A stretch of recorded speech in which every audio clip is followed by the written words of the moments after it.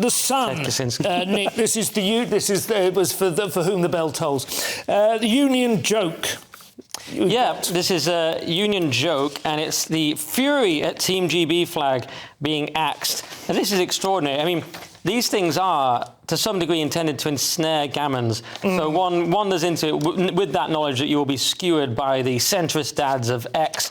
But gammon bait. Yes, gammon bait. Team gammon bait. Yeah, exactly. So I'm going there anyway.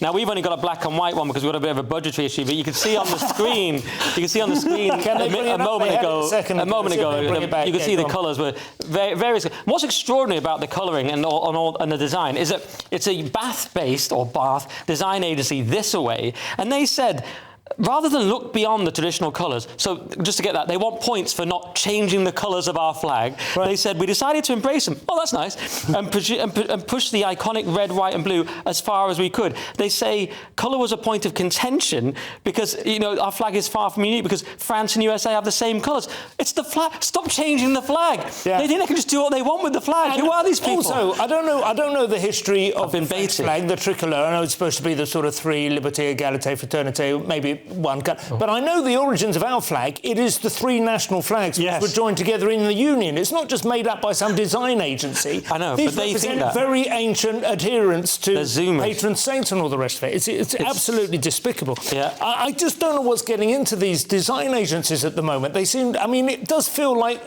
significant political decisions and movements and provocations coming from the most trivial commercial sources. Do you know what I mean? It's these proper activists. My hope is just it's for cynical gain, and they know that if they do something like this, that they can get a lot of publicity. Hello, that's your hope. Cynical gain is your hope. Genuinely, because that's the high watermark. That is the best thing that can come of this. Let's be cynical gain. If they genuinely believe they're doing a service by creating this monstrosity, then they are much mistaken. And like you say, it's not about... We're constantly talking about respecting the culture of other people. Just for a moment, could we just accept our culture? It's designed to wind you up. It's oikophobia. It's an attack on the ordinary people. Very good. And people like Starmer will say, oh, it's terrible. You know, with the last one, he said, oh, it's bad and we should have the flag. That's all a sort of theatre. They're all part of it. It's a hatred of the ordinary person who's patriotic. Even Peter Shilton is saying nothing is sacred. Even Peter Shilton, nothing is sacred.